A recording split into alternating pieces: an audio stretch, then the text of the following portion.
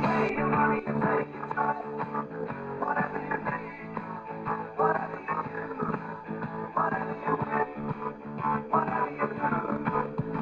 a British rock music institution, the founding father of status quo, Francis Rossi.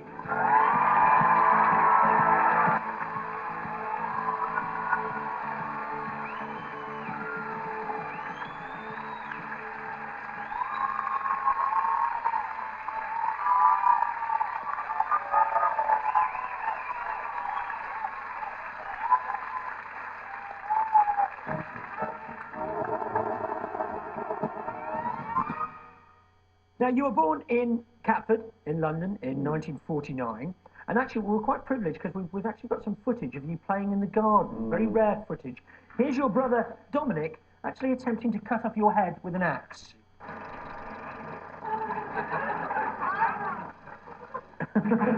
A very rare footage as well, a garden in Catford. He's dead, my brother. So he will be later on. Oh, right. You look worried for a second. He's dead. Oh, no. Dead? There's just nothing about He will be. Your mum was Irish, but your father was Italian, wasn't he? And he had his own ice cream van. And you used to help out, didn't you, behind the counter as well? And the idea is you'd put this liquid mix in the top of this hopper in the machine, and it'd whip it up and freeze it, and you'd pull the handle down and pull off one of these cornets. And you have to keep checking the hopper to make sure it's got some liquid mix in there to make the ice cream. So my brother was, occasionally would stick his finger in the top to make sure there's enough mix in there, top it up a bit more if it needed it. So one time he stuck his finger in, and this blade spinning round and chopped the very top of his finger off, and his blood everywhere. And he's actually coloured the ice cream quite strongly. So my dad said, no, that'll be okay. We'll run with strawberry flavour ice cream. Oh, no! What do you mean, oh, no? It makes me think I would hate to try the rum and raisin.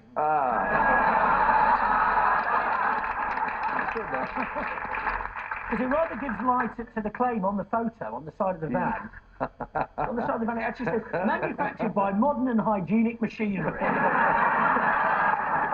Now, right from the start, you actually wanted to be a rock star, or almost from your earliest days. Yeah. And we've got a copy of your school report, and here, amongst the D's and the E's, it actually says on there, at present, Francis is living in a world of make-believe, waiting for sudden and exhilarating success as a popular music idol.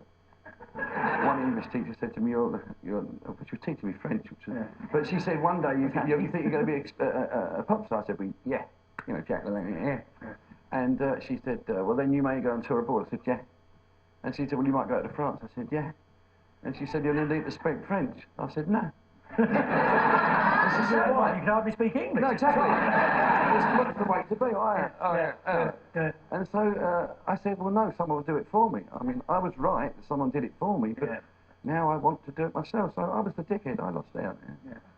But you were actually supported by your dad, because he bought you your first electric guitar. Yeah, he's great, my dad. Yeah. But he failed to get you an amplifier, I understand. Yeah, I got one off, I think, off my Uncle Luigi. Yeah. He was about 2'1", lovely guy. You know, little short Italian, could hardly walk. He was 2'1" once he'd been inside the ice cream mixer. Sorry, Luigi, we need some more strawberry in you get again. I warned him about my relatives, and that's his problem. Well, at 13, you formed a band with a schoolmate, Alan Lancaster. And Alan's intention, I believe, was to become Peckham's answer to Acker-Bilk. Yeah, it was. We were kind of, we played trumpets in the school. He played trombone, I played trumpet. Because I tried guitar before with Dominic, and we were both going to be Everly Brothers, you know, and little shit got a train set instead. So Your first manager was actually a local gas fitter called Pat Barlow. And he reckons that you weren't really the hard-rocking type. There were two gangs, one called the Peckham Gang, one called the Bermondsey Gang. And inevitably, if trouble started up, I, along my bouncers, plus Alan Lancaster and Jess Javolsky, our organs at the time, would sort it out. At the end of each time this happened, I had to go over to a little box on the stage, knock on the door, and say, Francis, you can come out now. he's dead as well. And Alan Lancaster lost a tooth, I think, which he had trouble with it. Like somebody hit him with a Coke bottle. And that really reaffirmed to me, this is not the place I want to be. If you want to be brave and get hit, go for it, not me. Yeah. I'm a coward. But also, I think it's great to have a gas fitter as a manager, because then he can say, yeah, they're definitely playing Thursday, but I can't say whether it's going to be morning or afternoon.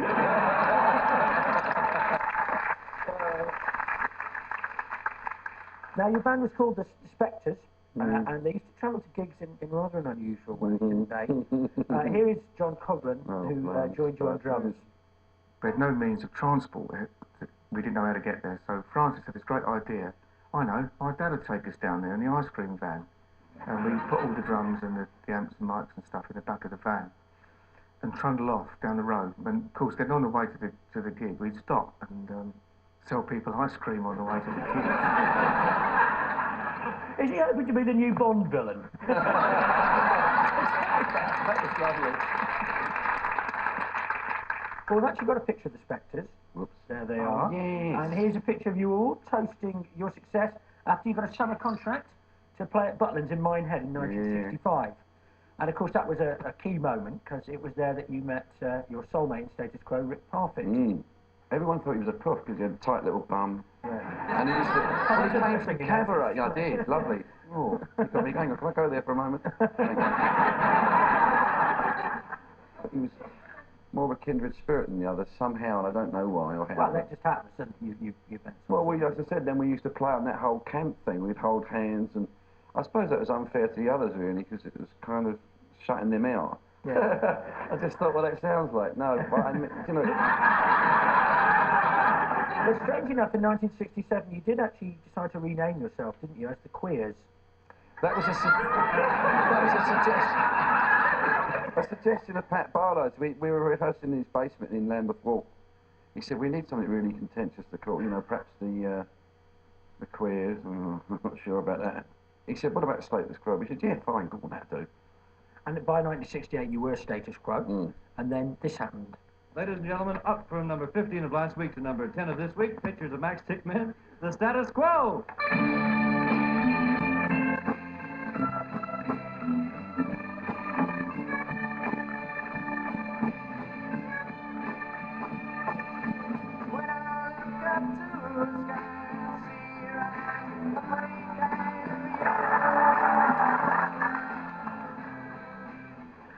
That is a great look, that haircut. I tell you, back combed, glued, stuck down. Moustache was blacked out with the stuff. My dad showed me that. He was a funny boy, my dad. He used to light a match, blow it out, and darken the tash down. You actually wrote that song. Yeah, in the toilet. And you wrote it in the toilet. Interesting. You should have been there. It was a great way to go somewhere else to be on your own, as it were. If you imagine trying, they're very narrow, and it was almost like this. So God knows how I wrote the thing. Yeah. Well, do you ever tempted to go out for a curry and then you could write a whole album?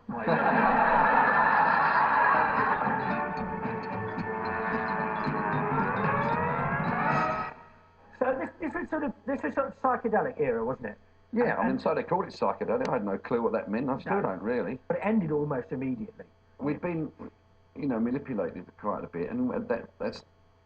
You kind of hoped for that you were successful. They were saying, oh, they're interested in you. But as soon as that, which was very quickly, began to wane, all these people had disappeared, so you were left to your own devices somewhat. And for us, we would finish whatever we were doing and go and watch Fleetwood Mac or Chicken Shack, and they would just go... And we'd be in like that. Hour and a half later. We should do this shit, we like this shit. Yeah. So eventually you came back on Stop Pops looking like this.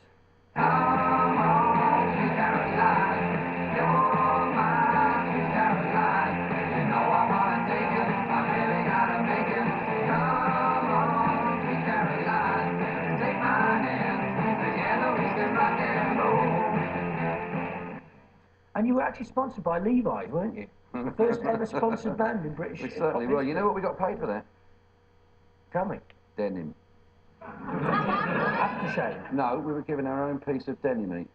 That's nice, isn't it? Yeah, I dare say there was a few mil went somewhere, but Rick and I only actually realised about 10 years, I don't know how thick we are, but 10 years ago we suddenly realised there must have been money for that. That's fantastic, the idea that Levi's go, we can't give you money, what have we got in here? We've got a bit of denim knocking about. Exactly. Oh, right, with a sheet of denim like that each. Now what about musically? tricky area with me. What do you think?